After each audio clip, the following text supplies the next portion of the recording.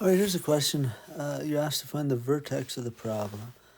So I know that it is a parabola that would look sort of like that because the leading coefficient is positive. So it's going to be going up like that. So I'm looking for that point down there. Okay, so two ways you can do this. You can either complete the square or you can use the vertex formula. Let me just show you the vertex formula. If you need to know the complete the square method, I can show that too. So to find the x-coordinate of the vertex, you use this formula, minus b over 2a, where this is a and this is b, and of course that's c then. So it'd be negative, and then b is a negative 18 over 2 times a is a 3. So negative times negative, so it's positive 18 over 6, and 18 divided by 6 is 3. So the x-coordinate of that point is 3.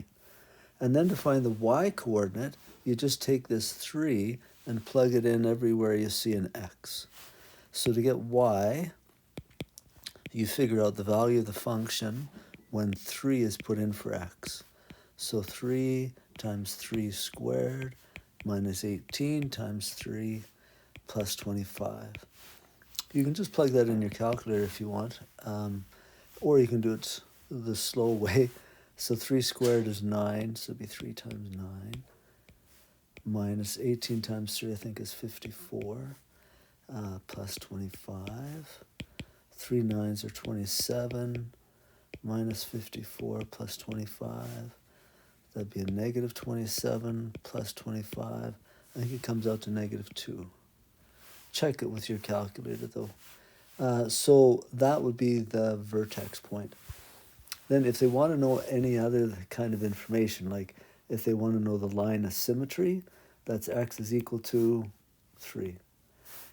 If they want to know the max or min, this one has a minimum number it can get down to.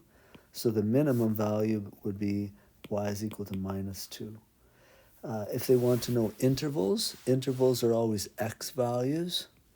So in this case here, from negative infinity all the way up to 3, so all the way up to that vertex, the graph is going down. Okay, so that's the interval, and maybe I'll put brackets around it. And then from 3 this way, so from 3 all the way to infinity, the graph is going up. There might be a few other questions that they ask, but that one at least gives you what the vertex is.